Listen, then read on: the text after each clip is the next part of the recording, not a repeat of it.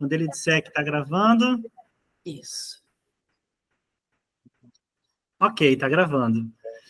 Então, gente, obrigado pela presença de vocês. Graça Ramos, Rodrigo Bruno, Regina Dantas, equipe do livro Museu Nacional, Casa de Muitas Histórias.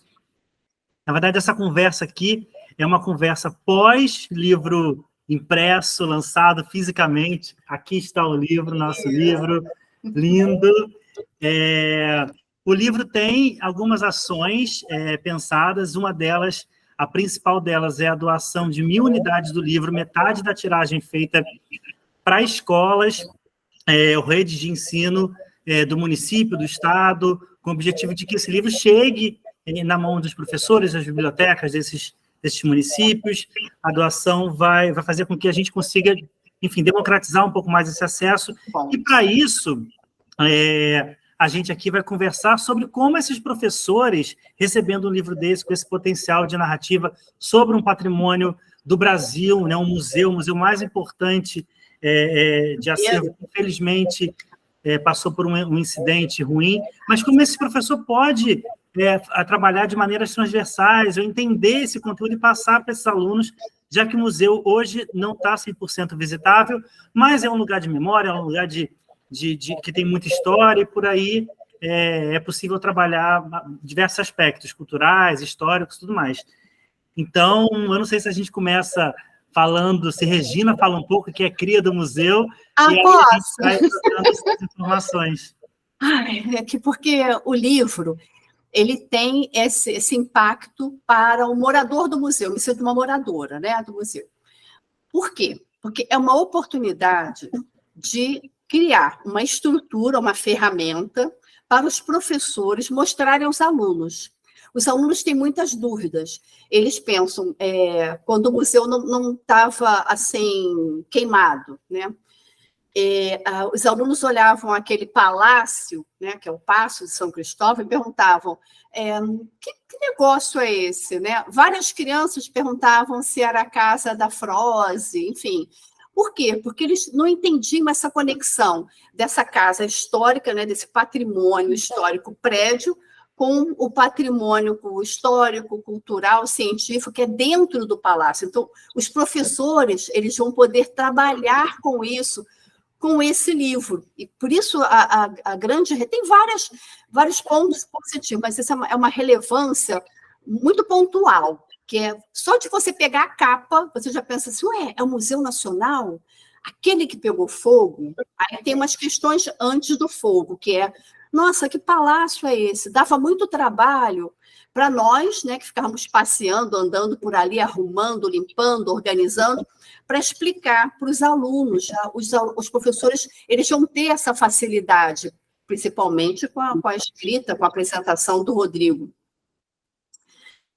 que mostra o que você pode trabalhar, os acervos ali dentro, é fantástico, quer dizer, tem uma conexão de quem é que morou ali, por que aquela residência é aquele palácio, né? Quem são as pessoas que moraram ali? Então, tem tudo isso no livro, isso é ótimo. Além de tudo isso, para não falar muito, são os acervos, os objetos dali mostram, mesmo que eles não existam hoje dentro do palácio, do Museu Nacional, eles são históricos, eles são clássicos, né? Como a Luzia, enfim, a dúvida que a pessoa fala, tem dinossauro, é uma preguiça gigante, veja quantas particularidades o professor pode trabalhar ali, é uma oportunidade de mostrar para o professor e de aguçar a curiosidade dos alunos.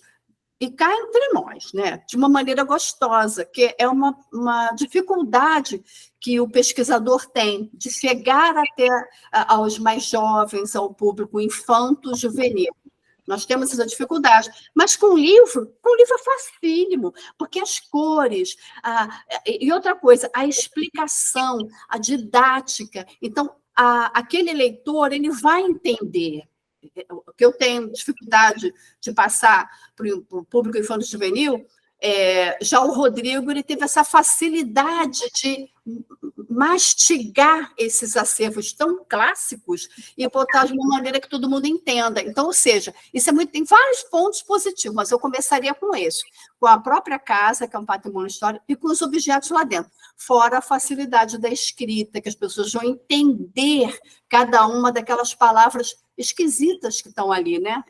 É muita coisa para ensinar e muito para aprender. E não só público infanto-juvenil, não. Os pais vão manusear o livro e vão, que interessante, vão entender um ponto ou outro em relação ao acervo. Isso é muito bom, muito bom.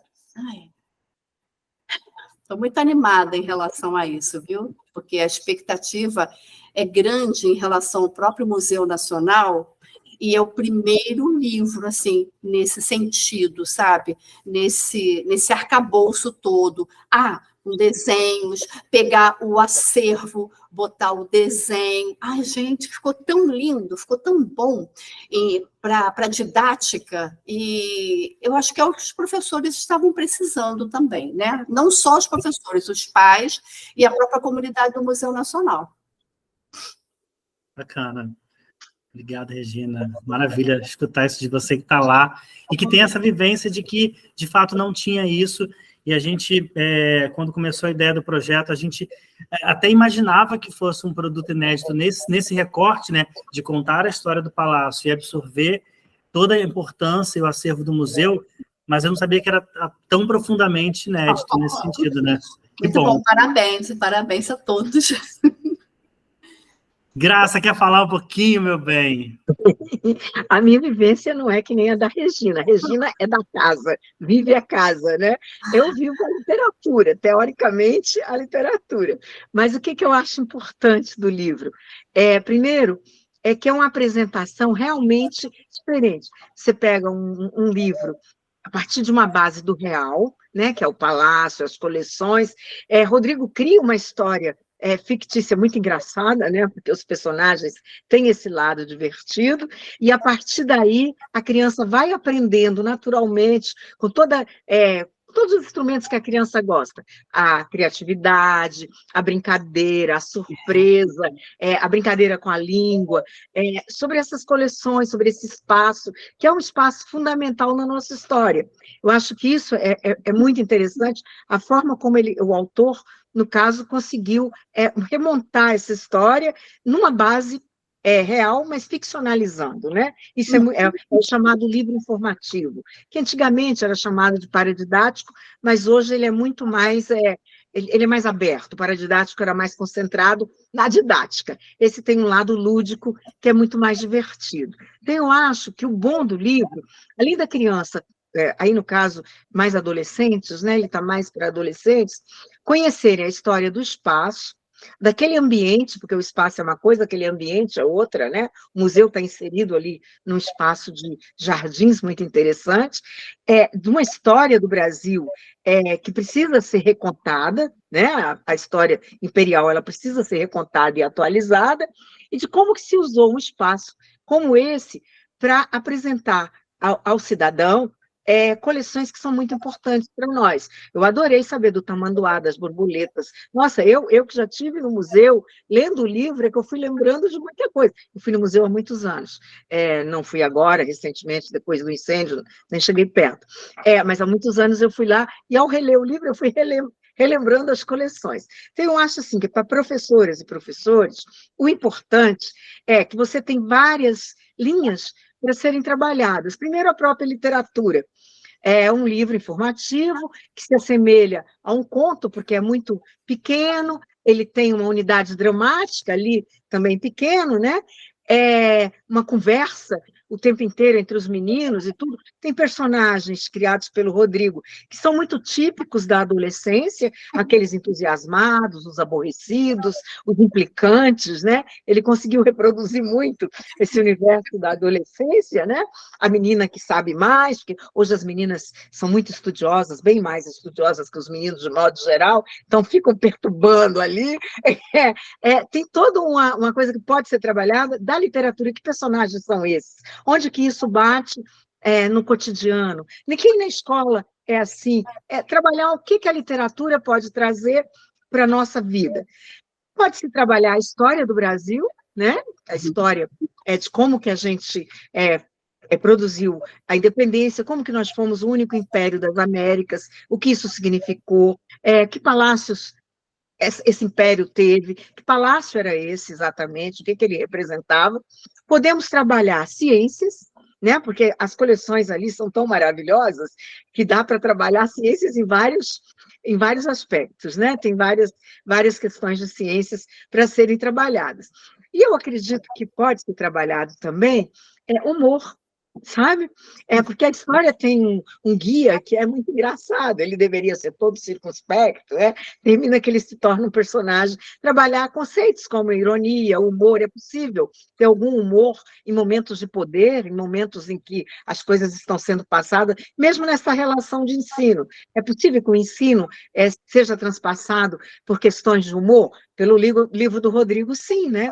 É possível trazer para dentro de uma coleção cantos como rap, porque tem um rap, né? Tem um som de rap no livro. É possível que a gente possa sistematizar o conhecimento com aspectos lúdicos de uma fala cotidiana. Então, eu acho que todo esse arcabouço está dentro do livro, ele conseguiu introduzir isso muito bem.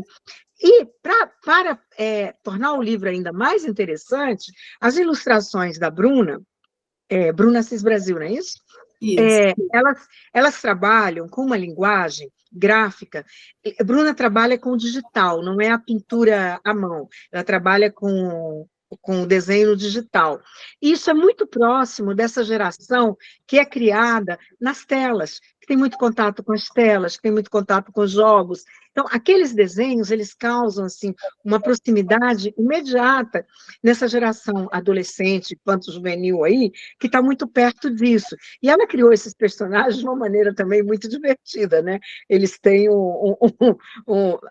as cores são mais contidas, né? Não é uma explosão de cor, elas são mais contidas, mas os desenhos são muito engraçados, são muito divertidos. Então, eu acho que pode-se trabalhar também toda uma questão da criação artística, que é uma outra linha, né? Como desenhar essas coleções, desafiar os seus alunos, as suas alunas, como vamos desenhar a coleção de borboletas? Que cores vão vir? Como desenhar a coleção aí de esqueletos, a coleção de dinos, né? Os dinos são muito famosos, cada vez mais famosos.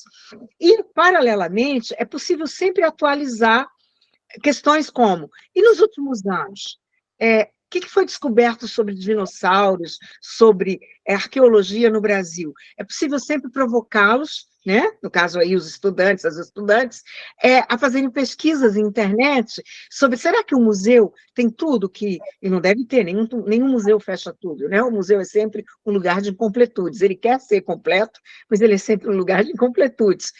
Desafiar as crianças a pesquisarem na internet, quais foram as descobertas recentes no Brasil? Que locais do Brasil tem esse tipo de coleção, tem esse tipo de amostras que o museu tem, né? Porque o museu, na verdade, tem uma grande amostra. E aí tem um outro ramo que eu acho que também pode ser explorado. O museu, ele faz uma conexão, e aí tem muito a ver com a nossa história colonial, com outros países, porque tem uma coleção que Dom Pedro compra do Egito, né? Tem coleções que chegaram aqui de outros países. Como se deu isso, né? Como se dá essa relação? Essas coleções hoje, como é que elas chegaram? Elas foram compradas? Como que elas chegaram aqui? Então, uma outra linha de pesquisa também, né? Eu acho, por exemplo, talvez até provocar a criança. E existem coisas brasileiras em outros museus? Por exemplo, eu lembro que na Áustria tem um museu de História Natural, que as pedras foram todas do Brasil, são todas do Brasil. As pedras que estão lá foram levadas do Brasil. Então, trocar, né, ampliar o mundo. Eu acho que a grande questão do museu, e o livro ele provoca isso, é que o museu ele tenta dar conta do mundo, mas ele abre-se para o mundo. Ele é uma perspectiva de nos jogar no mundo, né? Então, eu acho que nesse aspecto ele abre muitas frentes para discussões. Eu acho que é isso. A princípio é isso. Maravilha, Graça. Exatamente isso. Assim, quando a gente pensou nesse projeto, na escolha da Bruna, a escolha do Rodrigo também, que tem essa narrativa mais fluida, né? Mais divertida foi trazer, humanizar esse lugar do museu, né? A gente sabe que hoje em dia, a narrativa do governo novo, o interesse e a ampliação da discussão sobre educação patrimonial, isso é uma coisa super nova ainda, ou seja, não é nova, mas é pouco implementada, pouco usada, graças a uma parceira de outros projetos que a gente tem feito aqui, tendo a educação patrimonial, tendo o patrimônio cultural brasileiro como foco, né, a promoção disso, enfim, mostrar que esse patrimônio está vivo, que esse patrimônio está próximo, que esse patrimônio faz parte da nossa identidade, do nosso dia a dia, literalmente, né? Então, assim, quando a gente pensou esse livro, também, enfim, ainda era lá atrás, né, um outro governo um pouco mais difícil, bem mais difícil no campo da educação e da cultura, mas agora a ideia é que essa narrativa de que a cultura voltou, o museu está aí também nessa narrativa de estar voltando, né, de estar se revitalizando, se recriando, ressurgindo literalmente das cinzas, e isso mostra o potencial do patrimônio, da importância desse patrimônio, né, não só aqui está sediado no Rio de Janeiro, não só apenas como um patrimônio cultural, mas também como um patrimônio científico, né, que é o Museu Científico da UFRJ. Então, não sei se a Regina pode acrescentar um pouco mais da parte de ciência mesmo, né? Sim. É que eu sou historiadora das ciências.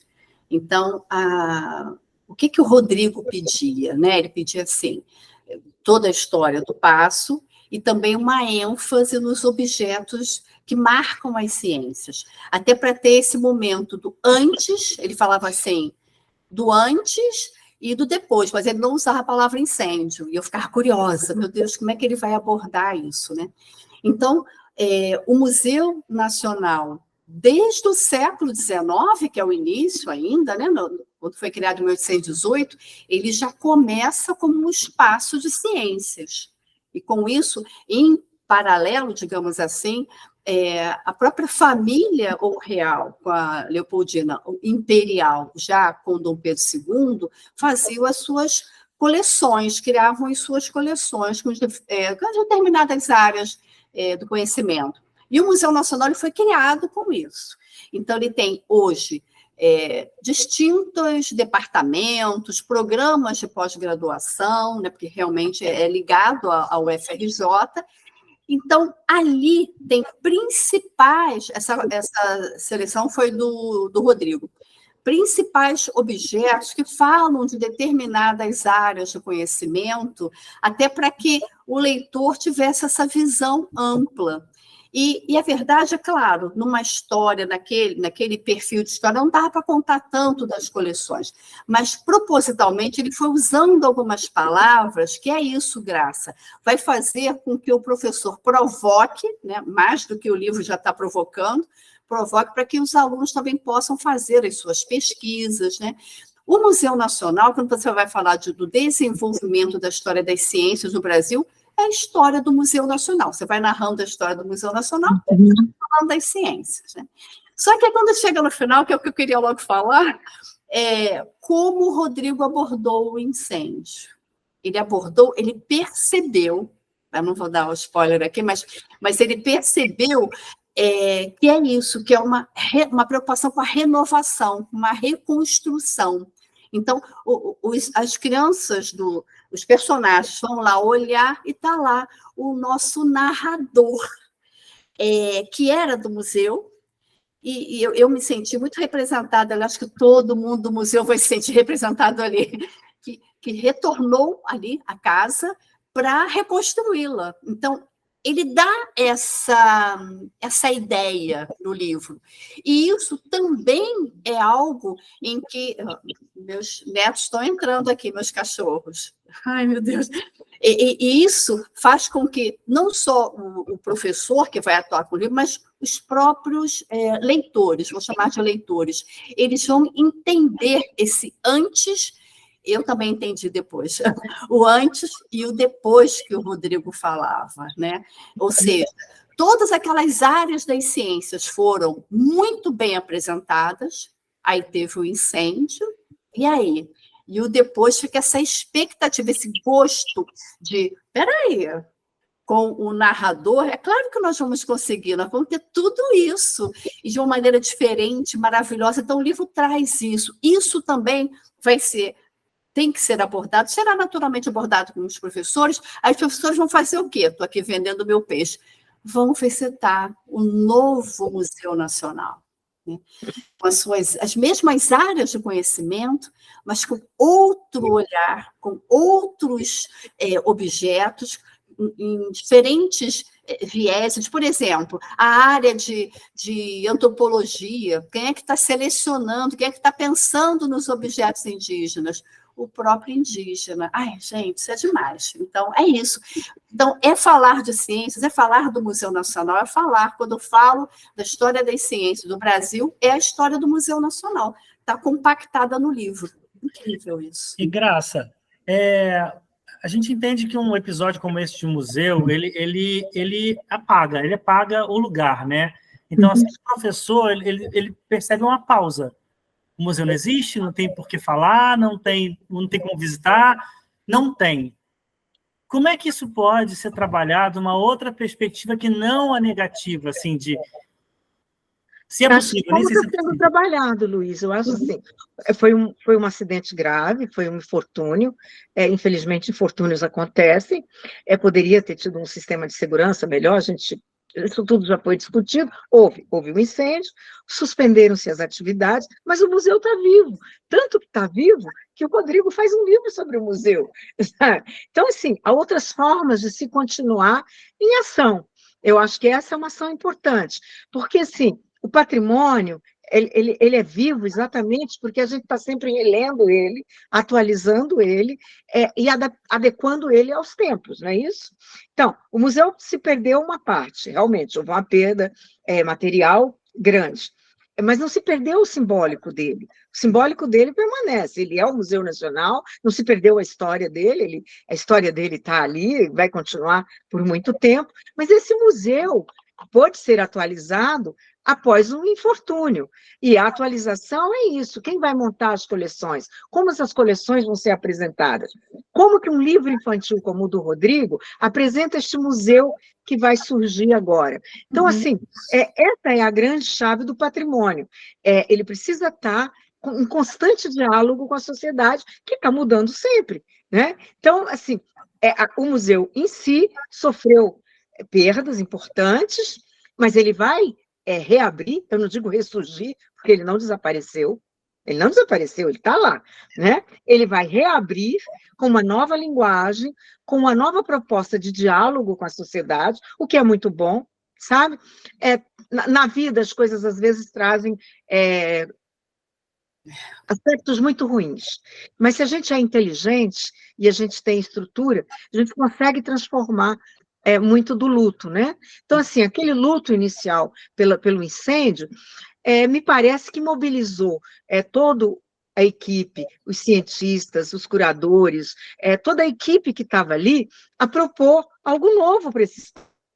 Vai durar outros tantos anos, ou não, talvez a proposta, aí eu não sei, porque eu não faço parte da equipe, ela já traga em si um processo de atualização constante, né, que é o que os museus contemporâneos fazem, né? Você está sempre em renovação, em diálogo constante.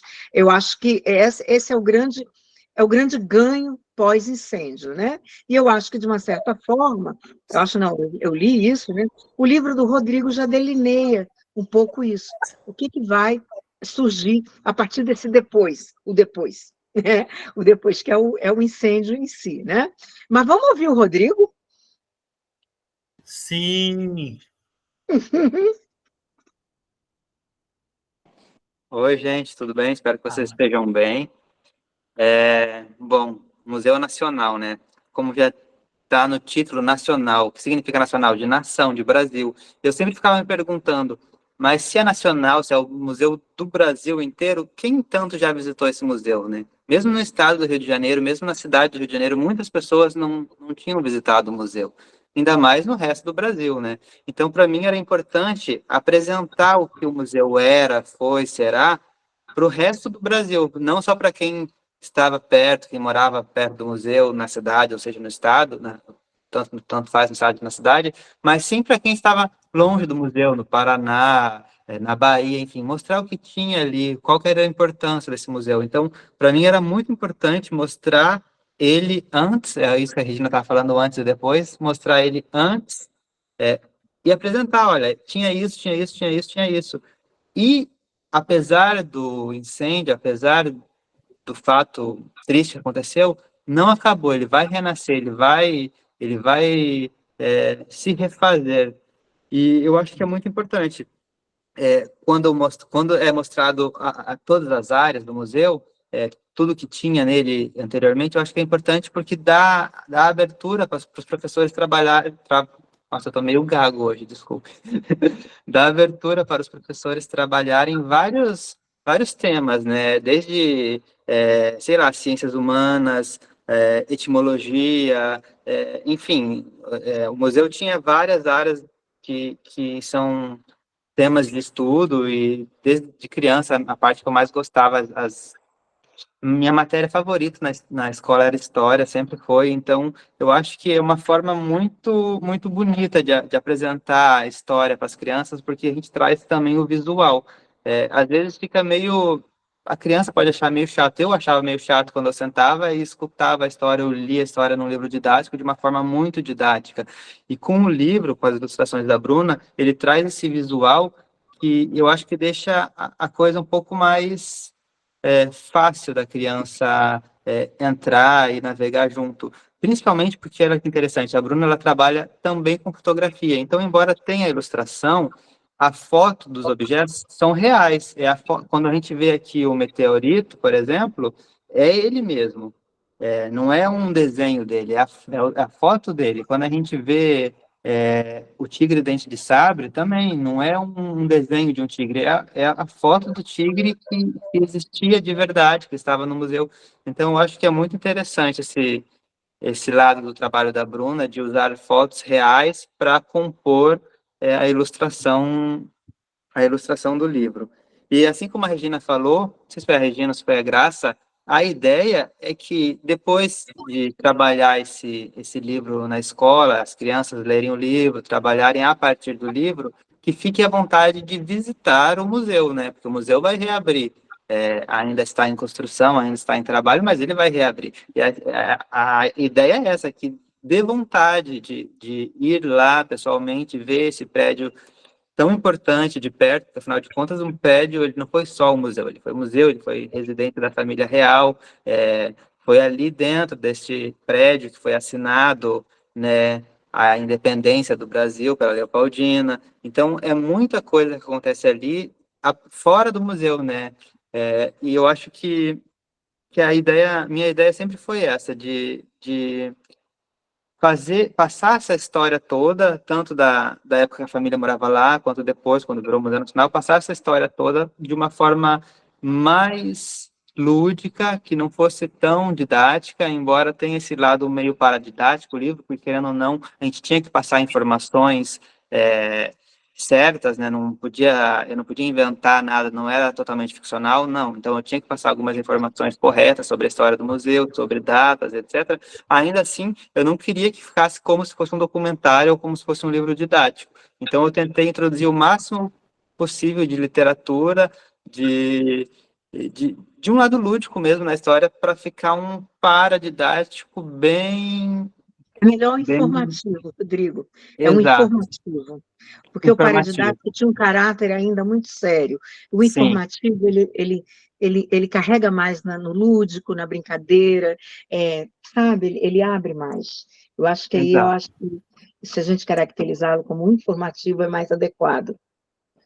Não, você tem razão, Graça. Eu acho que informativo é mais adequado mesmo, porque a ideia é passar essas informações de forma verídicas, mas não ficar apenas nisso, e sim também trazer o lado lúdico ali e o lado, entre aspas, ficcional, que são a história das crianças, né? Aquelas crianças são ficcionais, elas não existem de verdade, embora a ideia sempre foi trazer o máximo possível para a realidade das crianças brasileiras. Então, no sentido, como elas se comportam ali, às vezes tem um aluno ali implicando com o outro, como a Graça falou, tem um que sabe mais, outro que sabe menos, tem aquele que tenta fazer piada o tempo inteiro, que é o piadista da classe. Então, trazer para o cotidiano deles, de fato, e aproximar, porque eu acho que, assim, se identificando com os personagens, isso também, de certa forma, vai despertar um interesse maior na história do museu, na história do acervo, quando eles se identificam com o personagem que está ali visitando o museu. Eu acho que foi um ponto bem importante para mim de trabalhar esse lado, essa interação das crianças, dos personagens de modo geral, da professora, do guia, o Bartolomeu, que está apresentando o museu. Eu acho que ficou interessante o resultado de como elas interagem entre elas e como elas interagem também com as obras, né, com o que está exposto. Tem muito de museu que acaba pegando e falando muito dos artistas que fazem parte da coleção daquele museu. A gente não tem tantos museus assim, né? A gente tem muitos museus, grandes espaços culturais, como o CCBB, o Banco do Brasil, a Caixa, lugares que tem muito, que não é um acervo permanente, né? São museus, espaços de cultura muito itinerantes. E eu tenho percebido que muitos dá protagonismo a artistas, não a contextos históricos e tal. E é por isso que eu achei interessante essa abordagem desse livro, porque, embora eu esteja falando de uma coisa que teve esse infortúnio de coisa de incêndio, mas ele traz uma perspectiva histórica, dando protagonismo à história do país, né? De certa forma, não a uma pessoa específica, a um estilo artístico específico. Então, acho que isso também rende muito para o professor fazer essas conexões, né? De como o museu pode ser interessante, mesmo sendo um acervo permanente, porque fica essa ideia de que o museu de acervo permanente ele é datado, ele fica fixo numa narrativa só e tal, e tem essas possibilidades de ressignificar, de descobertas, né? De botânica, de antropologia, de etimologia, e por aí vai. Então, eu acho que isso também é uma coisa importante que a gente pode destacar para esse professor que vai trabalhar um pouco esse tema desse museu como base para muitas e muitas narrativas. Então, eu acho que a gente bateu esse papo, não sei se alguém quer acrescentar mais alguma coisa. Eu queria. Fala, Regina. Rapidinho, porque eu fiz aquela fala assim, inicial, mas agora seria o seguinte, o que o professor poderia aproveitar nesse livro? Porque assim, o Museu Nacional, ele sofria, agora não, com uma questão de comunicação, né? As pessoas iam visitá-lo e viam os objetos, mas existem pessoas por trás dos objetos, que é exatamente o que já foi colocado aqui. E como é um espaço de ciências, é importante, e o livro aborda isso, nos diferentes objetos, quais são as áreas de conhecimento que estão ali envolvidas, e o profissional, que aí pode o aluno falar assim, arqueologia, ou a própria botânica, né? Qual é a diferença? Antropologia, arqueologia, né? Paleontologia, vai ficar estudando os ossos, como é que é isso? Então, isso é imprescindível para mostrar outras profissões que existem no nosso país, né? E essa garotada precisa ter esse leque de oportunidades, porque daqui a pouco vai bater ali, né? Acaba o ensino médio, tem que decidir a sua vida, né? Sua vida acadêmica, profissional, enfim, e precisa ter esse leque. E o livro, ele proporciona isso, com diferentes áreas, eu chamo de diferentes áreas de conhecimento, mas tem todas as áreas ali, muito organizadinhas no livro. O próprio glossário, né, Regina? Isso. E que os alunos vão ficar curiosos, vão pensar assim, nossa, nós temos tudo... E vão ficar mais assustados ainda, com essa que nós chamamos, Graça, da reconstrução do Museu Nacional. Imagina esses alunos tendo acesso ao livro, criando essa curiosidade e depois ver se, olha, reabertura que está sendo prevista para 2026, o que vai abrir, quais são as salas, aí tem a mistura do Paço, a antiga sala, Leopoldina, forno, enfim, objetos da família real, imperial, no meio também das pesquisas científicas realizadas no século XIX, século XX, e essa vida, né, que continua, está tudo lá, e aí eles vão pensar assim, nossa, o que aconteceu? É que são esses profissionais que estão vivos, né, dando vida a todas essas áreas de conhecimento naquele espaço. É fantástico isso. É o que leva, Regina, a uma discussão que pode ser levantada também sobre o tempo. Sim. Porque essa é uma geração que tudo é muito imediato. Talvez entendendo o tempo que se leva para estudar todos aqueles objetos, para se recompor um museu. O incêndio é muito rápido, mas para reconstruir, talvez eles não tenham nem ideia do tempo necessário para que isso seja feito, para que dure outro tanto tempo, né? Então, uma discussão aí, tempo e espaço, né? Esse espaço queimou, as pessoas acabou, não, tem um monte de gente ali trabalhando, ele tem uma vida que se segue, e o tempo que isso vai levar para ser reapresentado à sociedade, porque, na verdade, é isso, né? Ele está lá existindo, só que ele está sendo... Estão se construindo uma reapresentação à sociedade. E como que essa sociedade vai se apropriar deste museu? Esse é um outro ponto muito importante, que aí eu acho que o livro é fundamental. O livro chega às escolas, num passo para que essa turma de alunos e alunas que venham a lê-lo possam dizer, poxa, agora eu vou lá conhecer esse lugar. Então, assim, essa conexão que é fundamental. Talvez esses alunos venham a estar já entrando na universidade, mas eles vão ter essa memória desse livro que despertou esse interesse, né? Dentro de uma proposta aí, ainda muito incipiente, de uma educação para o patrimônio, né? Porque a gente é muito frágil nisso no país, de uma educação para o patrimônio. Que é esse museu que é meu, como eu posso contribuir para a continuidade dele, para a valorização dele? Visitando, é o primeiro passo. E talvez ali eu me interesse por um voluntariado, eu me interesse por uma carreira, muitas coisas podem ser abertas a partir dessa leitura, né? Que é muito bom. Acho que esse é um papel fundamental dos livros que direcionam a educação patrimonial. Parabéns, Rodrigo. Parabéns, parabéns. Maravilha, Legal. gente. Bem, então assim, é isso. Obrigado pela participação de vocês, cada uma na sua expertise, na sua troca, na sua forma de ver essas possibilidades todas de transversalidade entre educação, cultura, literatura e tudo mais. E é isso, agora o livro está, em breve a gente consegue agendar esse lançamento e vamos colocá-lo no mundo. Tá bom, muito bom. Muito bom. Obrigado, prazer. gente. Prazer. Um beijo grande. Um beijo. Tchau, tchau. Tchau.